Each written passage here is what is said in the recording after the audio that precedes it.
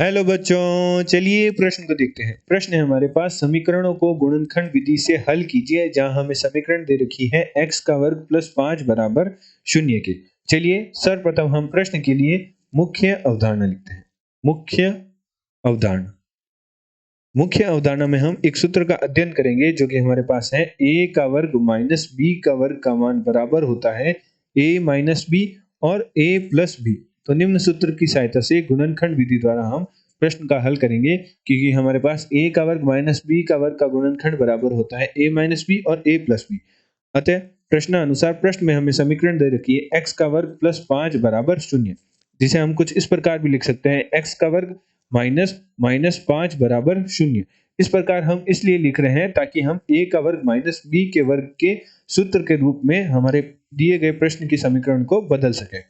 चूंकि हम जानते हैं कि हमारे पास वर्गमूल माइनस 1 का मान है वह आयोटा के बराबर होता है, एवं जो आयोटा का वर्ग होता है वह माइनस 1 के बराबर होता है।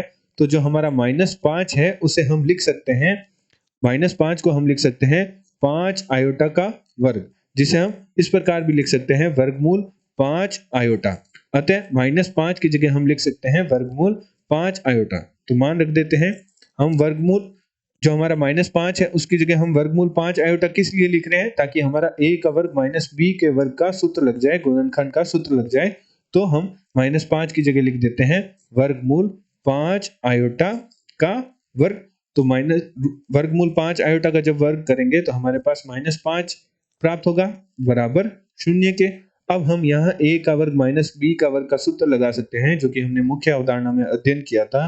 तो निम्न सूत्र की सहायता से हल करते हैं तो हमारे पास आएगा a का वर्ग माइनस b का वर्ग बराबर होता है a minus B a plus B. यदि हम x को a और जो वर्गमूल 5 आयोटा है उसे b मानते हुए हल करें तो हमारे पास आएगा x माइनस वर्गमूल 5 आयोटा और x प्लस वर्गमूल 5 आयोटा बराबर 0 के। अतः जो हमारा x माइनस वर्गमूल 5 आयोटा है वह भी 0 के बराबर होगा, और x प्लस वर्गमूल 5 आयोटा है वह भी 0 के बराबर होगा, जहां से हमारे पास x का मान आएगा वर्गमूल 5 आयोटा एवं x का मान हमारे पास आएगा माइनस वर्गमूल 5 आयोटा। तो गुणनखंड विधि की सहायता से हमने x का वर्ग प्लस 5 बराबर 0 का मान प्राप्त कर लिया, जो कि हमारे पास प्राप्त हुआ x बराबर वर्गमूल 5 आयोटा और x बराबर माइनस वर्गमूल 5 आयोटा। आशा करते हैं आपको प्रश्न का हल समझ आया होगा। धन्यवाद।